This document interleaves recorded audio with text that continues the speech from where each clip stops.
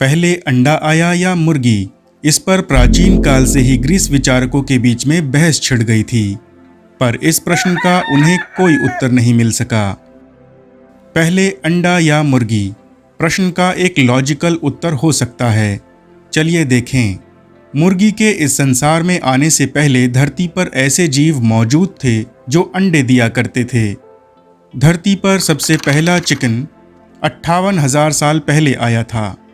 Australian academic science के अनुसार पहला अंडा 340 मिलियन साल पहले अस्तित्व में आया था। अब जाहिर है कि उस समय मुर्गी तो थी नहीं, पर कुछ और प्रागैतिहासिक जीव अंडे दे रहे थे। तो पहले अंडा आया या मुर्गी में उत्तर ये है कि पहले अंडा आया और मुर्गी बाद में आई। पर यदि आप प्रश्न करें कि पहले मुर्गी आई या मुर्गी का अंडा, तो साथियों इसका उत्तर सरल नहीं है। हम सभी इस बात को जानते हैं कि मानव के धरती पर आने से पहले धरती पर जीवन का विकास लगभग 2 बिलियन साल पहले शुरू हो चुका था। उस समय लाइफ सिंगल सेल और मल्टी सेलुलर सेल तक सीमित थी। धीरे धीरे जीव विकसित होने लगे। विकास क्रम की इस लड़ाई में वही जीवित रह सकता था जो अपने आप को प्रकृति के अनुसार ढाल ले या बदलाव स्वीकार करे, और जो ऐसा नहीं कर सकते थे वे समाप्त होते चले गए। विकास क्रम मुख्य रूप से प्रकृति पर निर्भर करता है।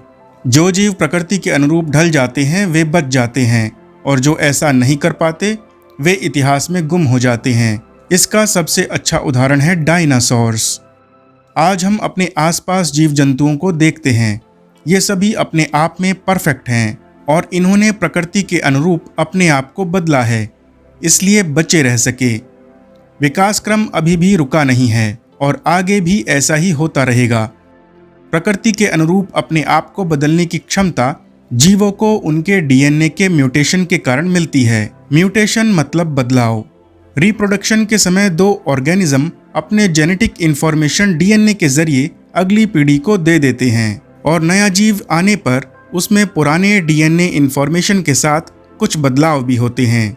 हालांकि ये बदलाव हजारों सालों में दिखाई देते हैं, पर जीवों में बदलाव होते हैं। अगर हजारों सालों के विकास क्रम को देखा जाए तो आप देखेंगे कि किसी पीढ़ी के हजारों साल पहले की पीढ़ी और वर्तमान में उस जीव में काफी परिवर्तन हो चुका होता है। ये परिवर्तन धरती पर रहने वाले हर प्राणी में देखा जाता है। चलिए इसे उदाहरण से समझें। इंसानों ने कम खूंखार भेड़ियों को अपने पास बस्तियों में रहने दिया और उनके व्यवहार में परिवर्तन आया। डीएनए बदलने लगा। आज वही भेड़िए एक नई प्रजाति को जन्म दे चुके हैं, जिन्हें आज हम कुत्तों के रूप में पहचानते हैं। तो धरती पर विकास क्रम और बदलाव का कुछ आइडिया आपको हो गया होगा। अब हम वापस अपने सवाल को देखते हैं। मुर्गी पहले आई या मुर्गी का अंडा? वैज्ञानिकों का मानना है अंडे देने वाली कोई प्रजाति करोड़ों वर्षों में डीएनए म्यूटेशन हो जाने के बाद 2 ऐसे जीवों को जन्म देती है जिन्हें प्रोटो चिकन्स कहा जाता है।